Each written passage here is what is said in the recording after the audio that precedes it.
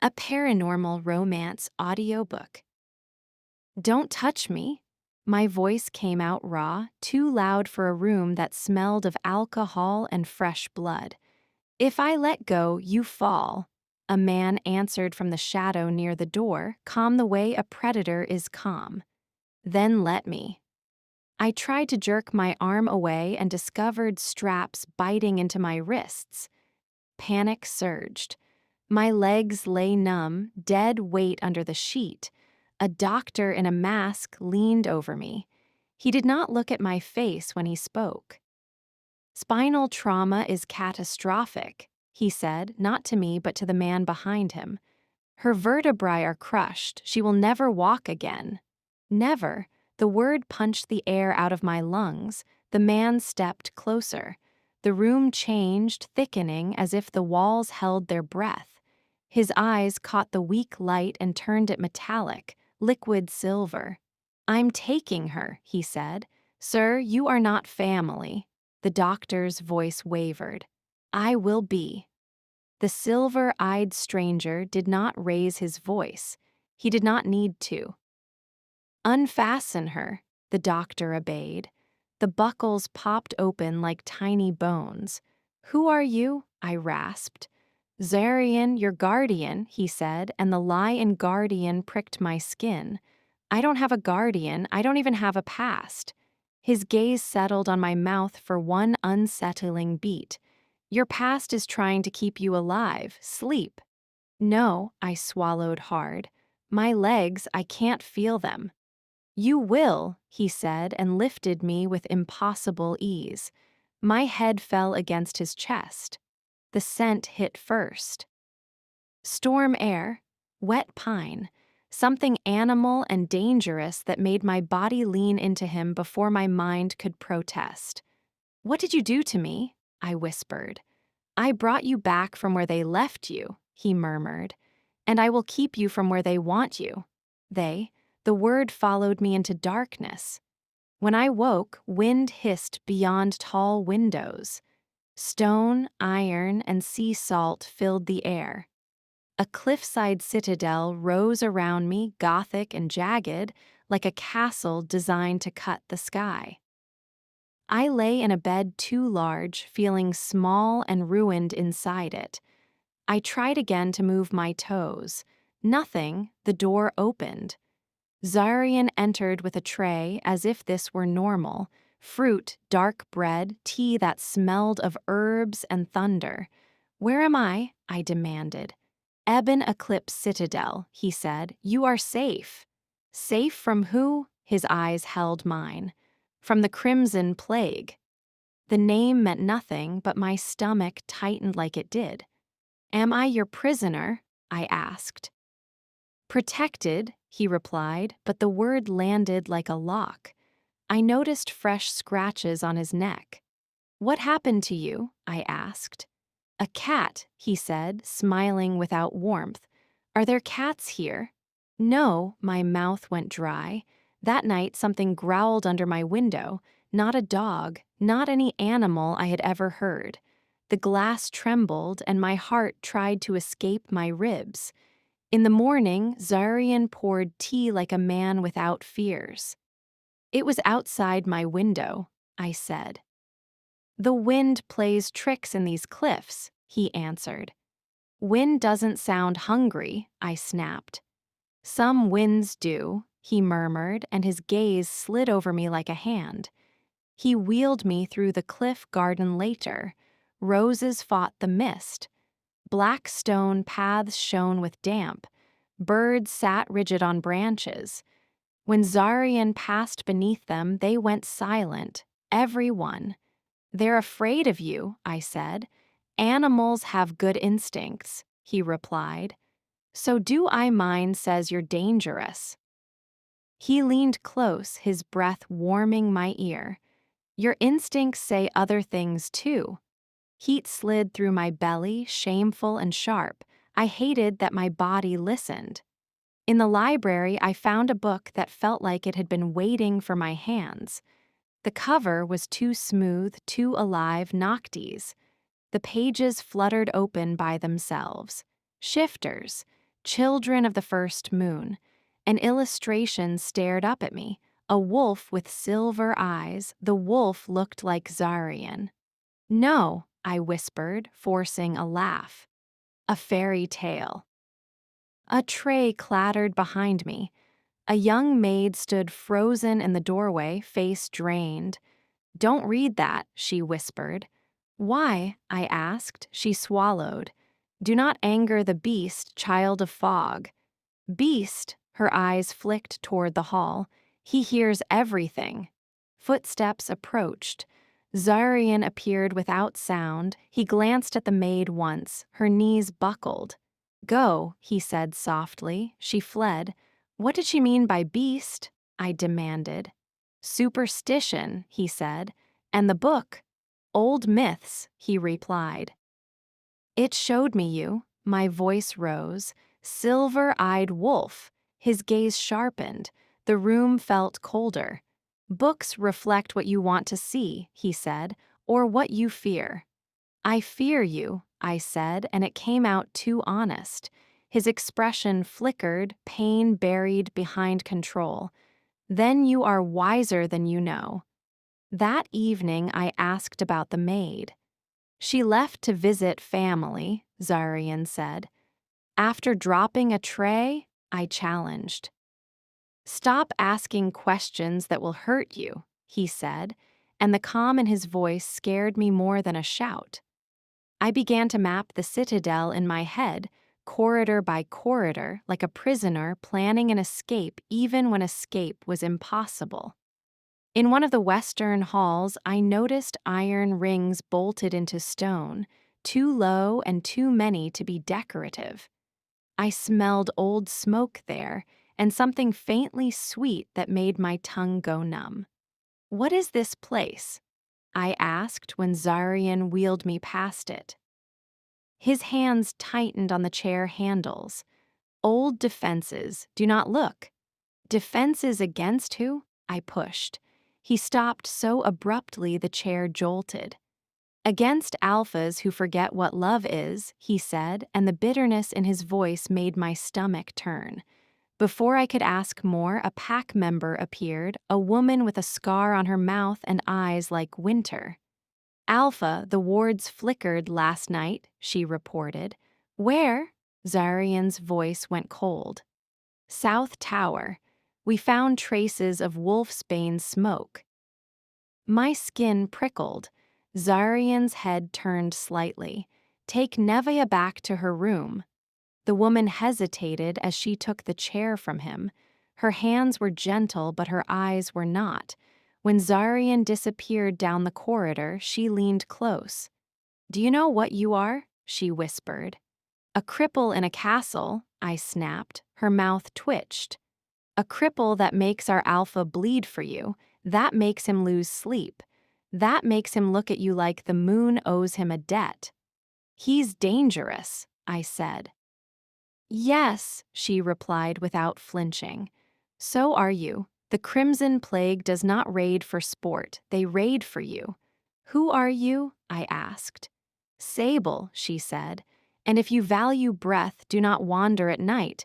Something else lives in these halls when the alpha is away. She left me in my room with that warning, and the door clicked shut like a promise. The next day I tested Xaryon. I asked for a blanket, and when he turned away, I watched his reflection in the large mirror. For one heartbeat, his pupils became vertical slits. I knocked over my glass. Xaryon caught it without looking in midair, too fast for any human. Who are you? I screamed. He set the glass down gently. Your nightmare. Thunder cracked. Lightning flashed.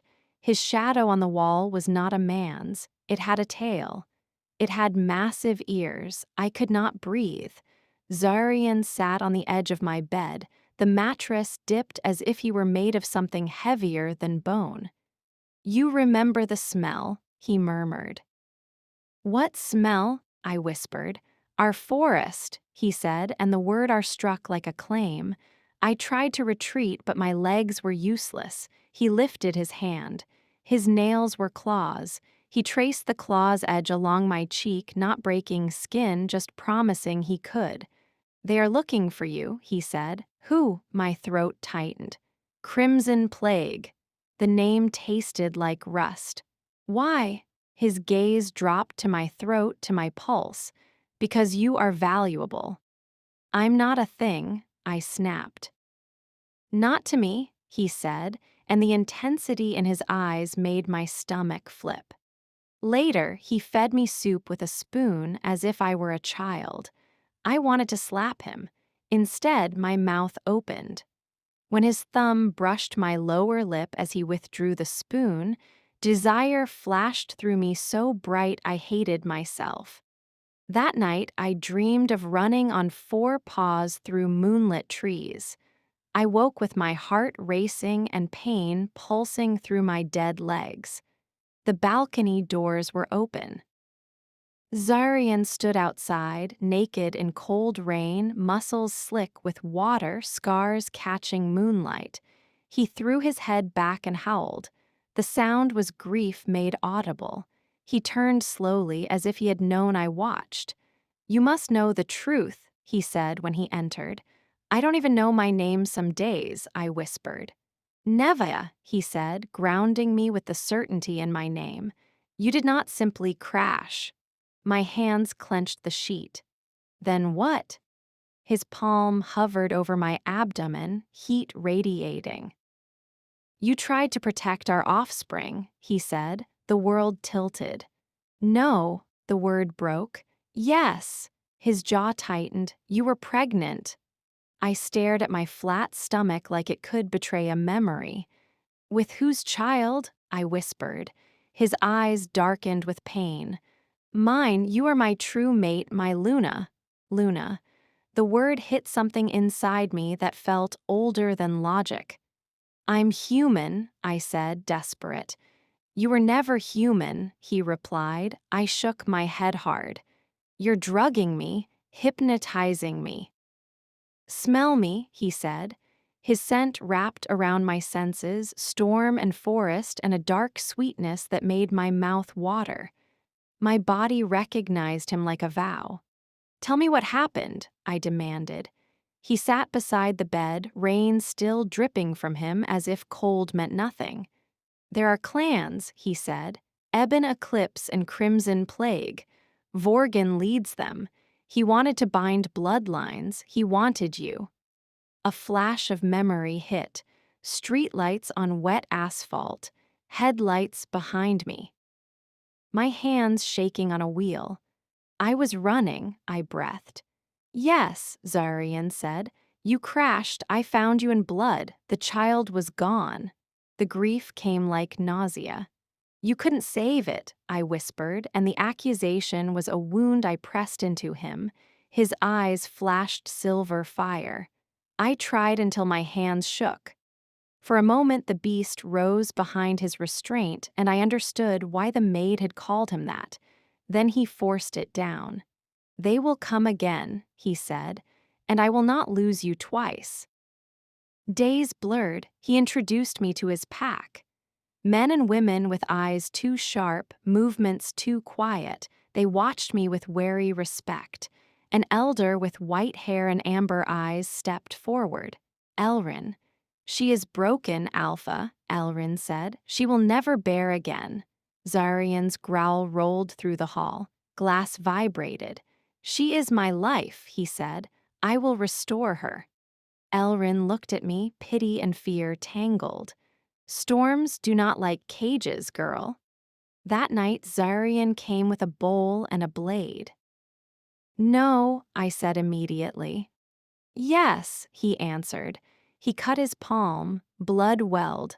The scent made my mouth flood, my pulse jumped. "Drink," he said. "You're insane." "You're starving," he replied. I hated that he was right. His blood touched my tongue, iron, lightning, heat. It rushed through me like fire turning into light. I gasped and clutched his wrist. "Enough," he said when I tried to take more. An hour later, my big toe twitched. I stared, disbelieving. Tears spilled. Xaryon watched, eyes bright with something that looked like prayer. Again, I whispered. Tomorrow, he said. Now, I surprised myself with the harshness. Give me more. His jaw tightened. It's not a drug. It feels like one. He came closer, shadow falling over me. It is a bond. My blood speaks to yours. And what does mine say? I asked. His gaze dropped to my mouth. It says you remember me. A memory flashed, water falling, mist, my hands tracing scars on his shoulders. His mouth at my throat, a kiss that felt like surrender, my breath hitched. I loved you, I whispered. His face tightened. You still do. The next time he carried me to the bath chamber, steam wrapped the stone room and the air tasted of herbs. He set me on a bench and turned his back as if even looking would be too much. You don't have to pretend you're not looking, I said, more bitter than teasing. His shoulders went rigid. I'm pretending I can be gentle. Are you not gentle? I asked. I can be, he said, but gentleness is not what the rut asks of me. Heat curled through my stomach. And what does it ask? I whispered. He exhaled slowly. To claim, to bite, to bind. My throat tightened at the word bite, and my body betrayed me again with a shiver. You're afraid you'll hurt me because I can't run, I said. No, he replied, voice rough. I'm afraid you will run if you remember what we were. I wanted to ask what we were. Instead, I said, help me wash my hair. Silence. Then his hands came, careful at first, fingers threading through my wet hair, slow circles at my scalp. It was not explicit, not indecent, but the tenderness of it made my eyes burn. His breath warmed my neck, and the room felt suddenly too small to contain the ache between us. Do you feel it? He murmured. Yes, I whispered. That's why they want you, he said. They want what you make in others. What do I make? I asked. His hands stilled. Power, obsession, salvation. I fled into the library, into noctis, into words that might explain why my body betrayed my fear.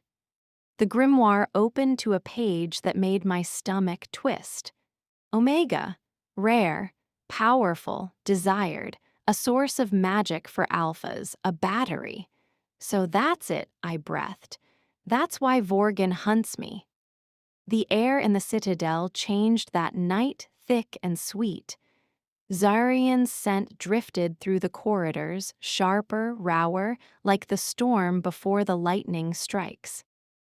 A young pack member passed my door and whispered, Rut season, stay away from the alpha. Rut, my skin heated. Xaryon came after midnight and stopped in my doorway as if crossing it would damn him. Lock your door, he said. Why? I asked, voice hoarse. His eyes glowed faintly. Because I may not stop. Stop what? My throat tightened. His gaze dragged over me, possessive, hungry, then snapped away like it hurt. Sleep, he growled. Don't command me, I whispered. He stiffened. Neveya. Xaryon, I said his name like a dare. He vanished down the hall. The silence left behind was unbearable. I found the key hidden in the grimoire's spine, like the book wanted me to make a mistake. My hands shook as I turned it. The lock clicked.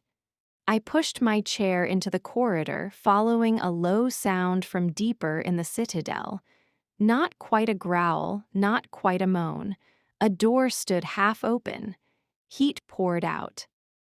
Xaryon was inside, shirtless, sweat on his skin, hands gripping a table as if holding himself in place. Shadows moved along his spine like fur trying to surface. He lifted his head and inhaled. His eyes snapped to me. No, he breathed, and the word was agony. You told me to lock it, I said, voice trembling. You did not say you would lock me in. Leave, he growled. I can't walk, remember? I forced a bitter smile. His face twisted. He strode to me, movement too fast, too controlled. His hand slammed against the wall beside my head, trapping me without touching. "You don't understand," he said. "Then explain." My breath hitched. His gaze dropped to my mouth. "You smell like home," he whispered. "Like mine." "Then take me there," I said, and the words came out like surrender. His throat worked. "Say stop." "No," my voice cracked. He kissed me. The kiss was wild at first, then it slowed, controlled, as if he were worshipping the line between hunger and harm. His lips moved to my jaw, then to my throat, kissing my pulse. Heat surged through me, and with it a pulse in my legs. I gasped. Xaryon froze. "What?" "My legs," I whispered. "I feel them." His eyes looked shattered. He pulled back abruptly, breathing hard as if he had been burned. "This is not how it should happen," he rasped. "But it is happening," I said, aching. He turned away, fists clenched. "If I lose control, I will mark you. I will bind you in a way you cannot undo." "Aren't we already bound?" I asked softly. For a heartbeat, his face softened. "Not like that." I reached for him. "Please." The word hit him like a blow. He left. Morning came with emptiness. But I could bend my knees. A laugh burst out of me, half joy, half hysteria.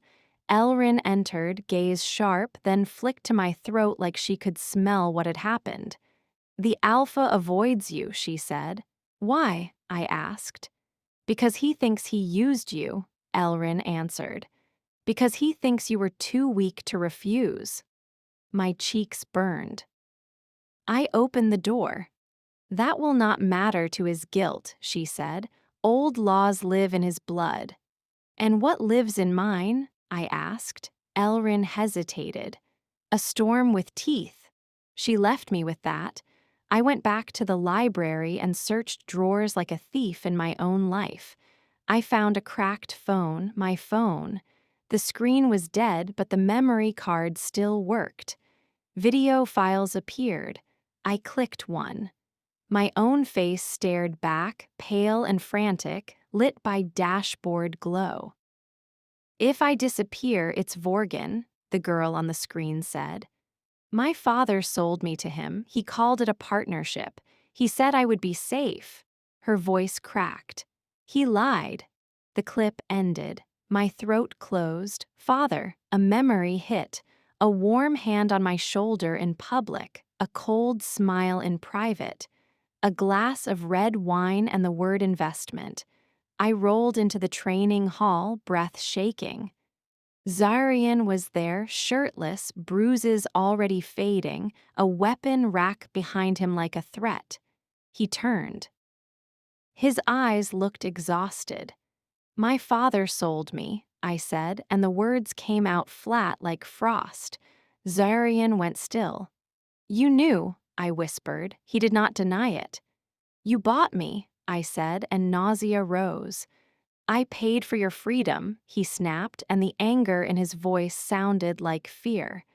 "Money does not change chains into gifts," I said. He took a step, then stopped, respecting an invisible boundary.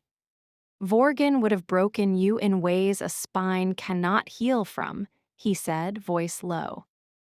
"I chose the only path that kept you alive. So I'm a bargain," I whispered. Pain flashed in his eyes. "You are my heart," he said, "and I hate that this world makes everything a transaction." "Tell me everything." I forced the demand past my shaking. "Your father is alive," Xaryon said. "He runs a human corporation that trades with our kind. Weapons, medicine, people." My stomach turned. "People?" "You were currency in his deal," he said. "He promised you to Vorgan."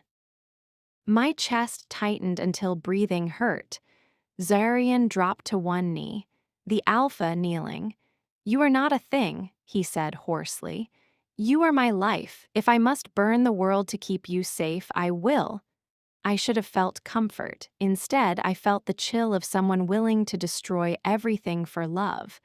A siren blared through the stone.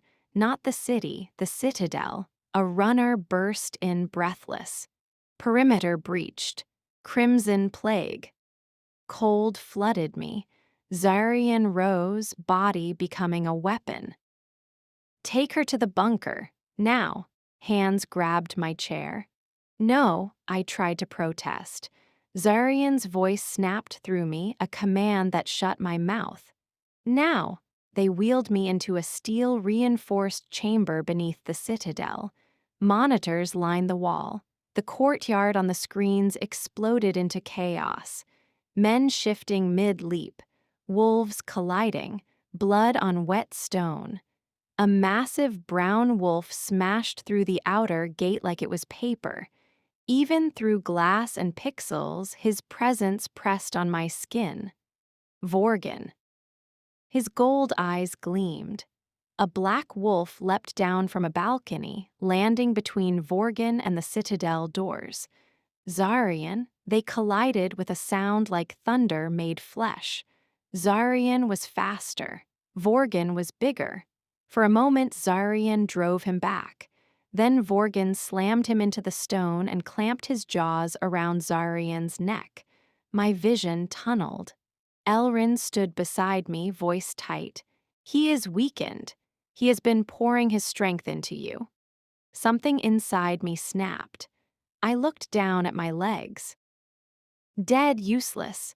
Then I remembered the heat in them when Xaryon kissed my throat, the spark when his blood hit mine. Something old stirred, not wolf, not human.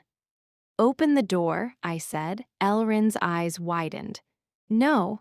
Open it, I repeated, and my voice sounded wrong. Lower, sharper, Elrin swallowed. Omega. I gripped the chair arms and pushed. Pain shot up my spine. My knees trembled. My feet pressed to the floor. I stood. The world swayed. I nearly fell. Hands reached toward me. Do not touch me, I said, and the words cracked like a whip. I took one step. Agony, another. The bunker door opened and cold air rushed in, carrying blood and rain. I climbed the stairs, each step a blade, each step a victory. When I reached the courtyard entrance, I saw it with my own eyes. Xaryon's black wolf form was pinned under Vorgan's massive body. Xaryon's silver eyes met mine. Even as a beast, he looked at me like I was his reason. Power surged through my ribs. Vorgan lifted his head, sensing me. There you are, he growled, the sound shaping words. Get off him, I said. Vorgan laughed, a sound like bones breaking. You belong to me by blood. I belong to no one, I whispered, and the words felt like a door slamming shut. The moon slid from behind clouds, huge and white. Vorgan's gold eyes narrowed. Omega. The word rippled through the courtyard. Even wolves froze mid-strike. I felt Xaryon's pain as if it lived in my own body. A thread connected us. A bond, I inhaled. The air tasted like iron and moonlight. Then I opened my mouth and screamed. The sound was not human. It was a piercing, vibrating note that shook stone, burst blood vessels in enemy wolves, and drove them to their knees clutching their skulls. Vorgan's body jerked. His jaws released. Xaryon dragged in a ragged breath. His eyes widened not only with relief, with recognition, because the scream did not only break the enemy, it fed him. I felt it, my power pouring into him like fire into a dying star. His wounds began to close. His stance steadied. He rose under Vorgan, black fur bristling. Vorgan staggered back, shaking his head. Fear flashed in his gold eyes. Queen of Chimeras, he snarled. The title hit me like a punch. Queen, Chimeras, I did not know what it meant, but my blood did. Xaryon's form began to shift, half beast, half man, bones cracking under skin. His molten silver eyes locked on me. "Neveya," he breathed, voice trembling like he was seeing the end of one nightmare and the start of another.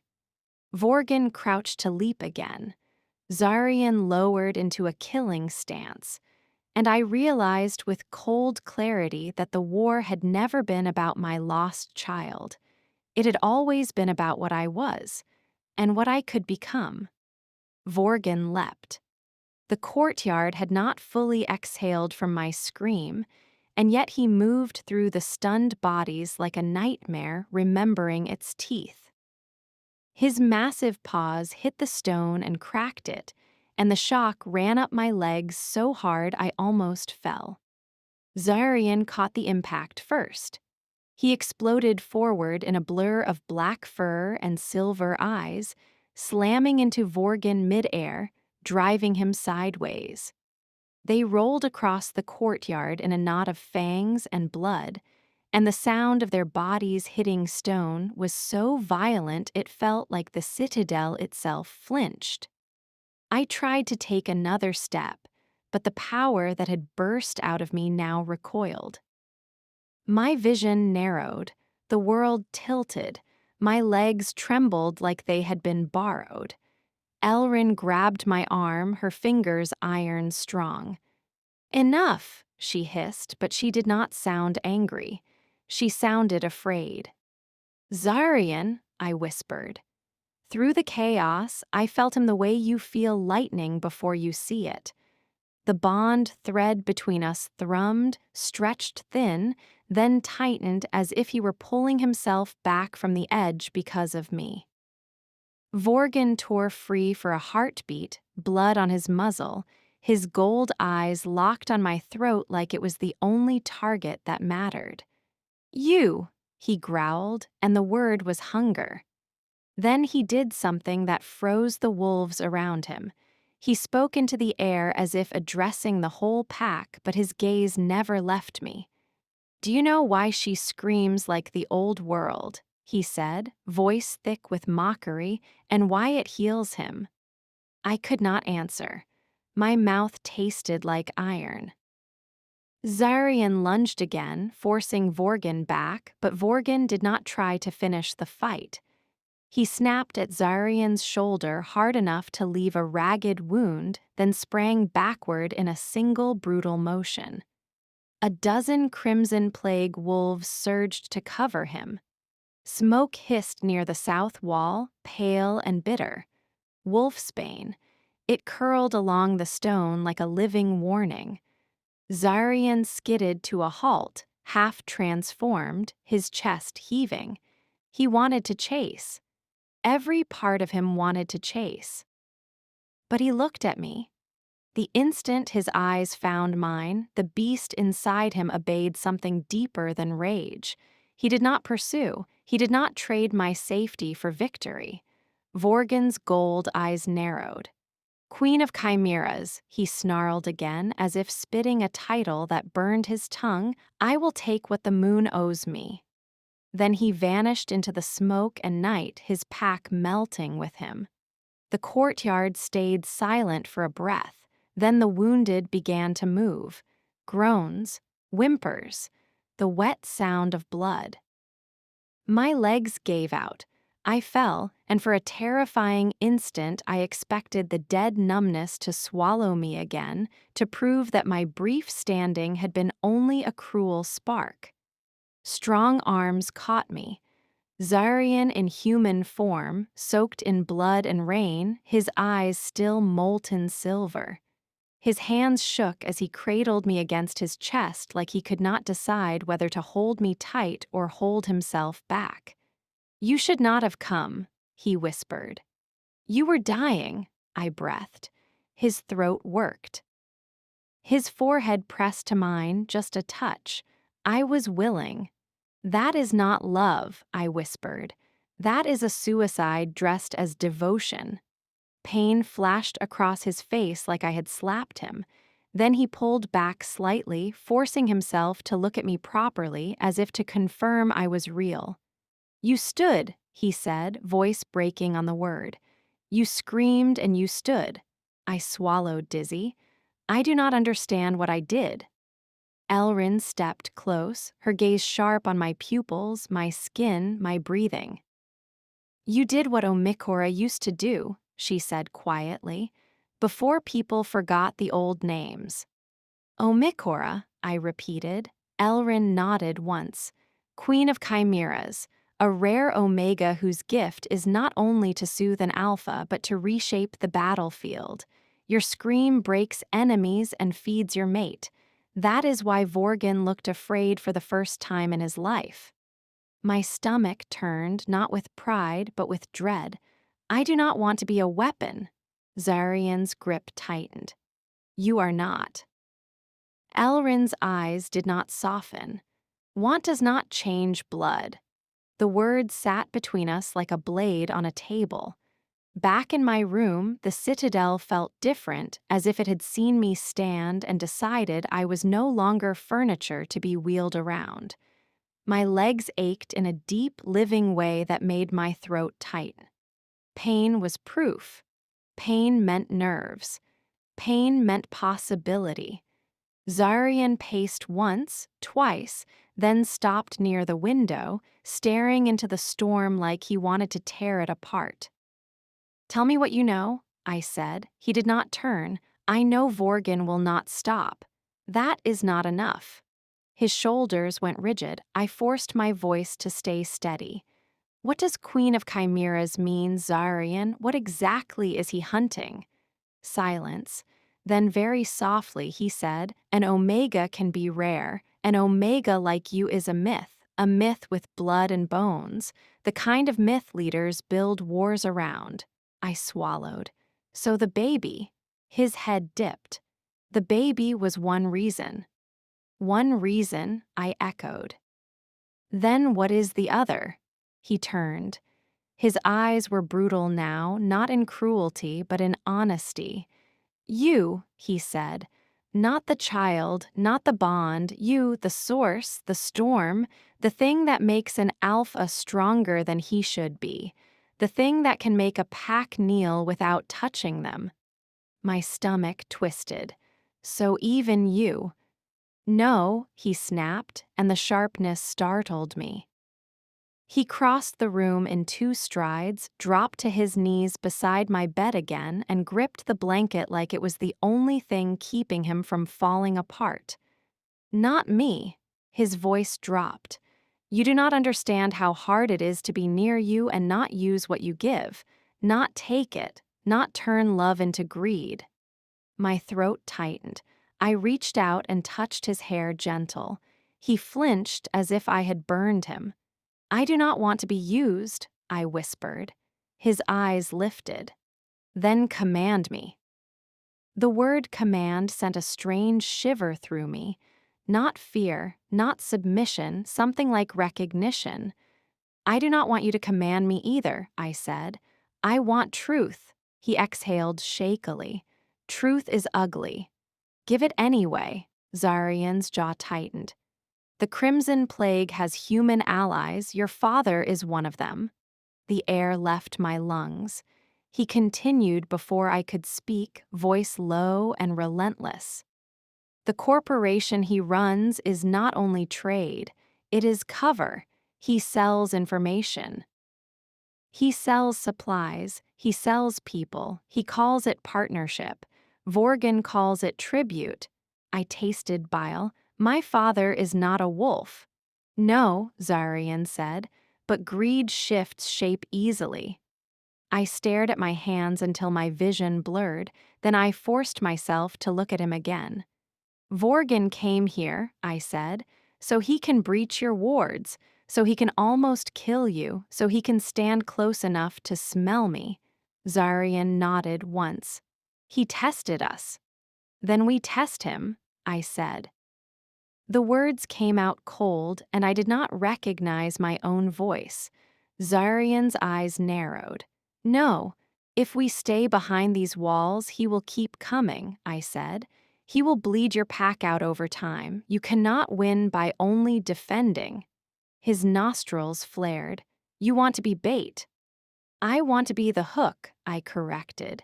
His gaze dropped to my throat, to the place his mouth had kissed during the rut, and his jaw clenched like he hated his own thoughts. I will not put you in his hands, he said. You already did, I replied, and the cruelty of it shocked even me. When you bought me, when you hid me, when you fed me the truth in pieces. Pain flashed across his face. I forced myself to continue anyway. I am done being carried. If I am the reason this war exists, then I have a right to choose how it ends. Elrin entered without knocking, as if she had been listening, and perhaps she had. You have a plan, she said. I met her gaze. I want to meet my father. Xaryon's head snapped toward her, furious. Absolutely not. Elrin looked at him like she had seen centuries of alphas threaten the world and then crumble when love asked them to be wise. You do not have another path, she said. Not if you want your pack to live. Xaryon's hands curled, then relaxed, then curled again. He looked at me, and there was something in his eyes that felt like grief. You will hate me for this, he said. I already hated you, I whispered. And I still came back to you. His throat worked. Then he nodded once, sharp as a cut. We do it my way, every step under my control. No, I said. His gaze hardened. I lifted my chin. Our way. Silence stretched. Then slowly he said, Fine, our way. The next morning I stood by the bed, swaying slightly, one hand braced on the wood frame. The act of standing felt obscene in its simplicity, like stealing back a thing the world had claimed it could keep. Xaryon watched me as if I were a miracle and a threat. He offered his hand. I took it. Heat flooded my palm. The bond thread tightened again, not painful, just present like a heartbeat you cannot ignore. Can you walk? He asked. Not like before, I admitted. His jaw tightened. I squeezed his hand. But I can move, and I am not alone. He looked away for a moment, as if the sight of my effort hurt him. Dress her, Elrin ordered brisk. Something human, something that hides scent. I almost laughed. Can scent be hidden? Elrin's mouth twitched. Everything can be hidden for a price. We traveled in a black car that did not feel like a cage but still smelled faintly of steel and control. Sable drove. Elrin sat beside her, silent as stone.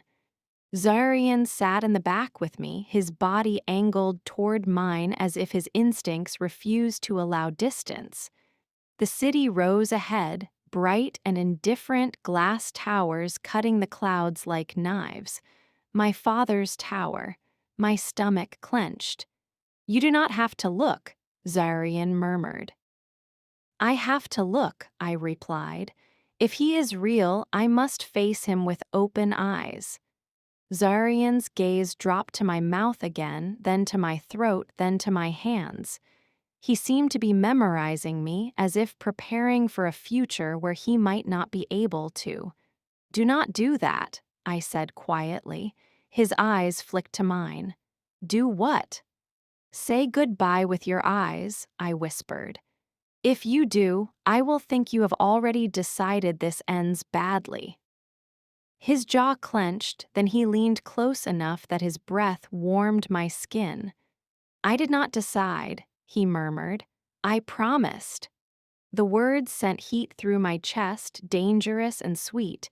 My hand slid to his wrist. Then promise me one more thing. His eyes darkened. Anything. If I tell you to stop, you stop, I said. No matter what rage says, no matter what the beast says. His throat moved. For a moment, he looked like a man at war with himself. Then he nodded. Yes. It felt like a hinge in the world. Consent spoken aloud. A boundary agreed. The bond thread eased like it approved. We entered my father's office like a negotiation, not a rescue. A receptionist's smile froze when Xaryon walked past, even though he wore a tailored suit and his hair was neatly tied back. People still sensed what he was, even if their minds refused to name it. I walked with a cane. Each step was controlled, careful. My legs trembled, but they held. Xaryon stayed close enough that if I fell, he would catch me, but he did not touch unless I reached for him. That mattered more than he seemed to understand. My father stood behind a sleek desk, glass wall behind him framing the city like a trophy. He smiled. "My darling," he said, warm as sunlight and just as false. "Look at you, you are upright." My skin crawled at the familiarity. "You expected me to stay broken," I said. His smile did not falter. "I expected you to come home." My gaze swept the office. Too clean, too quiet, no personal photos, no warmth, only power. "You look well," he continued, eyes flicking to Xaryon with calculated caution. "And you brought a friend." Xaryon did not speak. His silence was a weapon. My father's gaze returned to me. "You have no idea how worried I was. When you disappeared, people said terrible things, that you were kidnapped, that you were dead." "I was sold," I corrected. The smile slipped for half a second. Then it returned, slightly colder. "Business is complicated." "That is one word for it," I said. He gestured to a chair. "Sit." "I prefer to stand," I replied. His eyes narrowed faintly, then softened again as if he were practicing kindness. "You must be exhausted. We can make arrangements for care." "I do not need care," I said. "I need answers." He spread his hands. "Then ask." I pulled the contract folder Elrin had prepared from my bag and placed it on the desk. My father's eyes brightened, greedy. "What is this?" "A return agreement," I said. "You wanted me back. I am offering the appearance of compliance." Xaryon's body went still beside me. My father opened the folder quickly, scanning. "Smart girl." His gaze flicked up. "Who helped you write this?" "Myself," I lied. He chuckled. "You always did hate being powerless." "I learned from you," I said, and the words tasted like poison. My father leaned back in his chair. "Sign it, and we will put this unpleasant chapter behind us." I held his gaze. "There will be conditions." "Name them." "My freedom," I said. "No more deals, no more guardians, no more ownership." His mouth twitched. "No one owns you." The lie was almost impressive in its calm. Xaryon's hand flexed once. I felt it in the air. Rage restrained by promise. My father slid a pen toward me. "Sign." I picked up the pen. And the moment the pen touched paper, the room changed. A soft click. Not from the pen, from the wall, then another click from the door. Locks. My stomach dropped. Xaryon turned his head slightly, eyes narrowing. My father smiled wider. "Thank you." I did not move the pen. "For what?" "For confirming you are still you," my father said. "Still obedient enough to play at contracts. Still hopeful enough to think I would choose you over profit." The words hit me like a slap.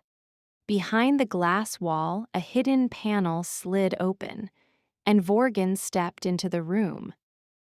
Not in wolf form, in human form that still carried the wrongness of a predator forcing itself into skin. He was tall, broad, his hair dark, his eyes gold, and his smile looked like hunger pretending to be charm. "Hello, little Omega," he purred. My fingers tightened around the pen until it hurt. Xaryon moved fast, but the room flashed with pale smoke from vents near the ceiling. Wolfsbane. Not enough to kill him, but enough to slow. Enough to sting. Xaryon's breath hitched just once like a man swallowing fire. Vorgan's gaze slid over him in satisfaction. "A clever office," he said. "Wolfsbane in the vents, reinforced doors, and the human who thinks he controls gods." My father's smile trembled just slightly. "I control the deal." Vorgan's gaze snapped to him, cold. "You control nothing." My father paled, but then his hand moved beneath the desk. He pulled out a gun. It looked ordinary until I saw the dull green shimmer embedded in the bullets through the chamber. Aconite and wolfsbane, my throat tightened. He aimed it at me. "Better dead than with him," my father said, voice shaking, but his eyes were hard. "Better dead than a monster's mate." For a moment, I could not breathe, not because of fear, because of recognition. He was not doing this for morality. He was doing it because he could not bear not owning the story of my life. Xaryon took a step forward. "Stop," I said sharply. He froze. The promise held. Vorgan laughed softly. "See, Alpha, she commands you." My father's finger tightened on the trigger. Something inside my chest opened like a door in a storm. Not a scream this time, a push. I looked at my father and pictured something simple. Him alone in a dark room. No money, no power, no deals, no lies to hide behind. Only the truth of what he had done. Fear. I pushed that image at him with everything I had. My father's face drained of color. His eyes widened. He stared at me as if seeing something else layered over my skin, something with too many teeth, something ancient and hungry. His hand began to shake. "What are you?" he whispered. The gun slipped. It hit the desk and clattered to the floor. My father staggered backward, clutching his chest. His mouth opened like he wanted to speak, but no sound came. He collapsed, shaking, eyes wide with horror and a kind of grief that looked almost honest. For 1 second, I felt nothing. Then my stomach heaved. He was my father, and I had just broken him without touching him. Vorgan's smile vanished. He snapped toward me, pure rage. "You," he growled. "That power belongs to me." He lunged. Xaryon moved too, despite the wolfsbane. He threw himself between us, taking the impact like a wall. The two of them crashed into the glass wall behind the desk. It spider-webbed, then shattered, wind roaring in from the open city height. My cane slipped from my fingers. Xaryon and Vorgan slammed against each other again, hands becoming claws, bones shifting under skin. Vorgan's fingers closed around Xaryon's throat. Xaryon's face reddened, jaw clenched, eyes burning silver fire. Vorgan leaned close, voice vicious. "I will take her and I will make you watch." Xaryon tried to speak, but Vorgan's grip tightened. The bond thread between Xaryon and me went taut, painful now, like a cord stretched too far. My vision sharpened into something cold. I dropped to the floor, ignoring my trembling legs, searching frantically with my hands. The gun lay near the desk, but reaching it felt impossible. Then I remembered Elrin's preparations. My bag, I grabbed it, fingers shaking, and tore it open. My hands found the small injector hidden inside, cold plastic and metal. Aconite. A single dose, Elrin had said, for the moment the world narrows to one monster. I stood. My legs screamed. The office spun. Wind tore at my hair, but I moved. Vorgan's attention was fully on Xaryon. His arrogance was a door. I stepped behind him. My hands reached for the thick muscle of his neck. He sensed me at the last second, turning slightly. His gold eyes met mine, triumphant. Too late. "No," I whispered, "right on time." And I drove the injector into his neck. Vorgan roared. The sound was not human. It was a beast realizing it had been tricked.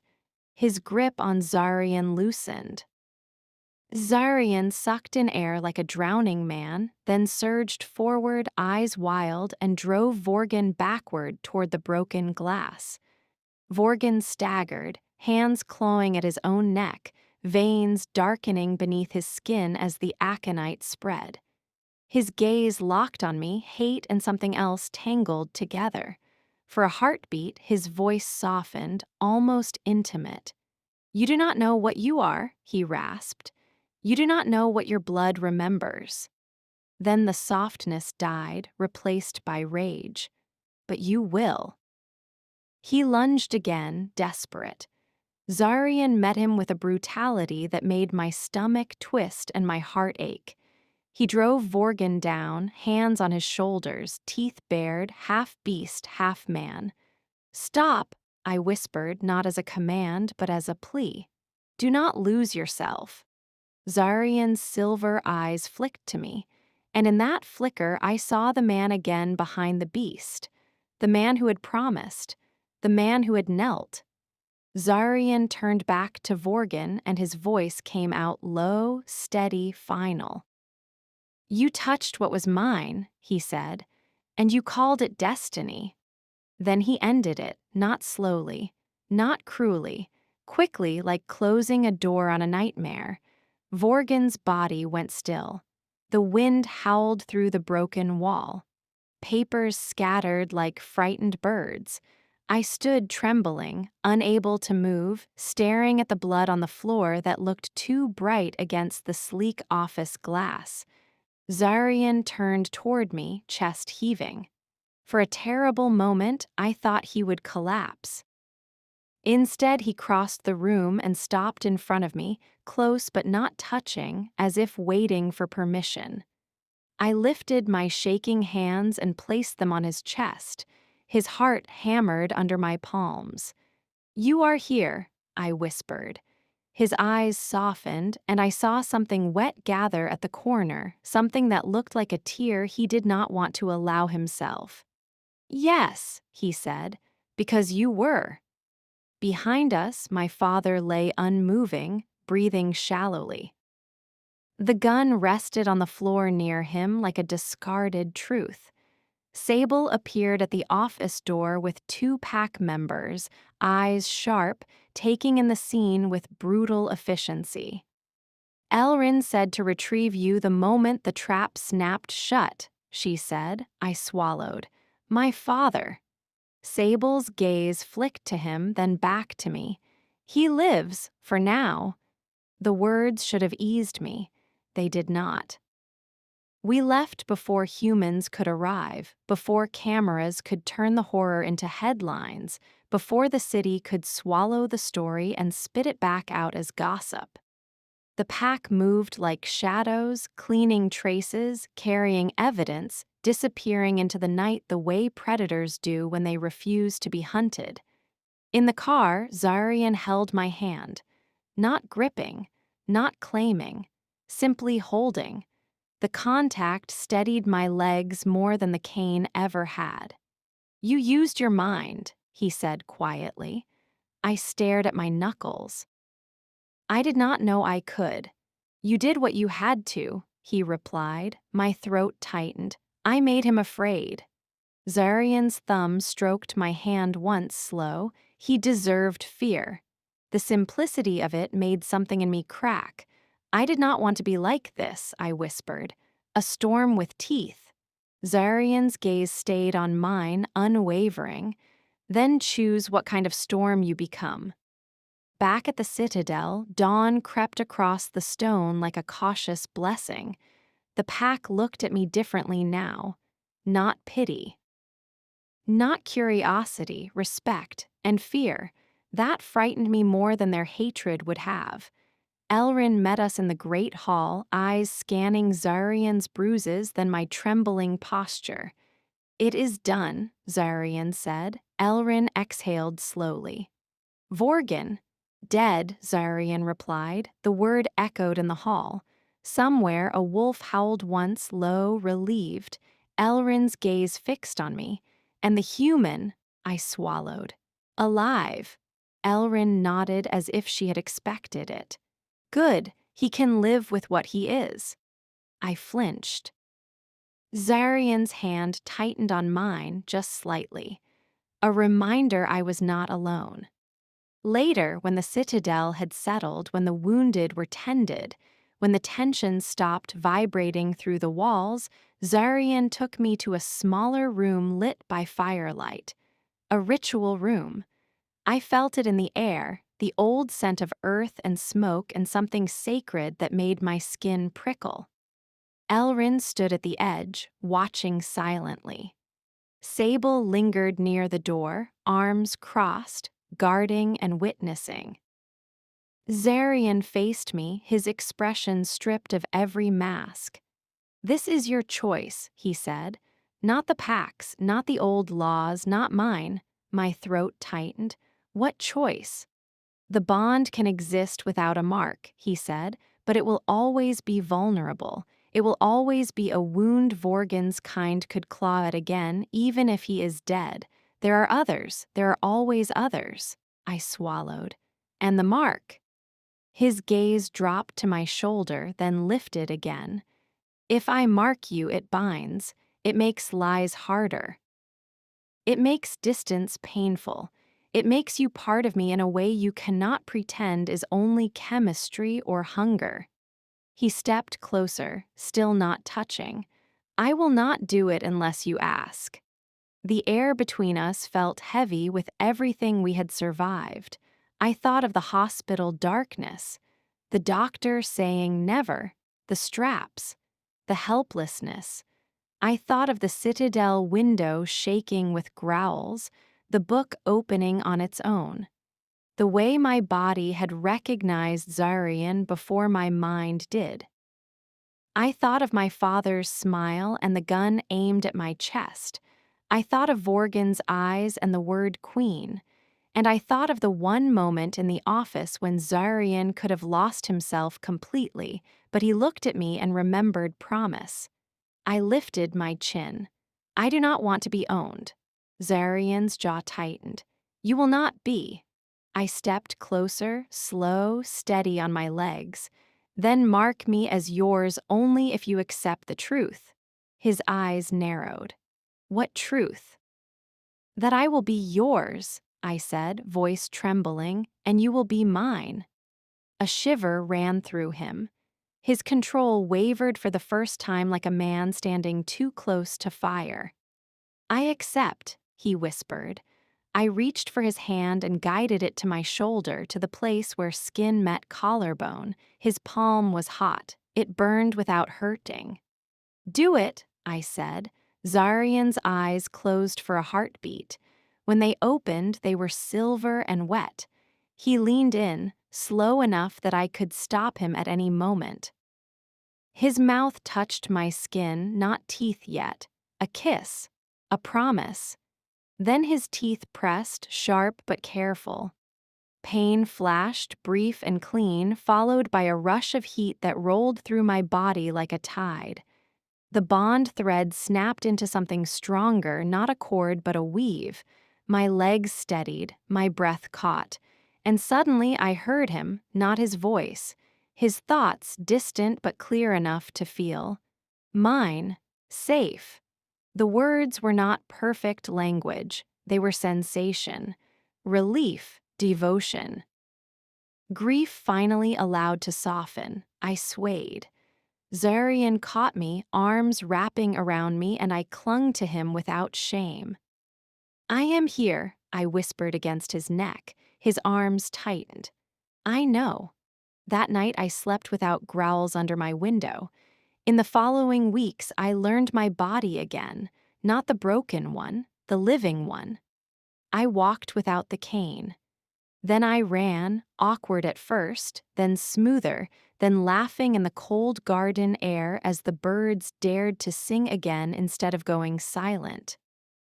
Xaryon watched me often, expression torn between pride and awe and something like fear that happiness would be stolen again. One evening, I found him in the library, staring at Noctis as if it could accuse him. "You blame yourself," I said. He did not look up. "I did not save our first child." The grief in his voice was so raw my throat tightened. I crossed the room and placed my hand over his on the book. "You saved me," I said quietly, "and I will not let that be nothing." His eyes lifted, silver reflecting firelight. "You should hate me." "I hated you," I said, "and I loved you, both were true." He swallowed hard. "What now?" he asked, voice rough. "Now we build something that does not depend on fear," I replied. He studied me as if searching for a trap in hope. Then he nodded. "Together." Time softened the sharpest edges. The pack rebuilt the wards and strengthened them. Elrin taught me control not only of the scream, but of the quieter power beneath it. She taught me to push calm as well as fear, to soothe without surrender, to dominate without cruelty. "You are not a weapon," she told me one night as we sat by the fire. "You are a ruler, and rulers must know when to cut and when to heal." I did not fully believe her yet, but I was learning.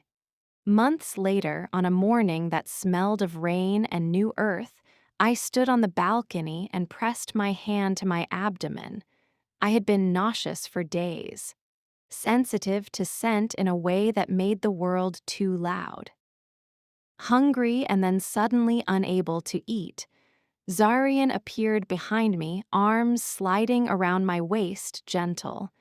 "You are quiet," he murmured into my hair. I turned my head slightly. "I think I am pregnant." The words landed in the air like a prayer and a threat. Xaryon froze, then his arms tightened so carefully it felt like reverence. "Are you sure?" "No," I admitted, "but I feel it." He inhaled against my neck, slow, controlled. Then his breath hitched. His eyes lifted to mine, wide with something that looked like shock and hope tangled together. "Two," he whispered. My throat tightened. "Two what?" "Two heartbeats," he said, voice breaking. "I can hear them."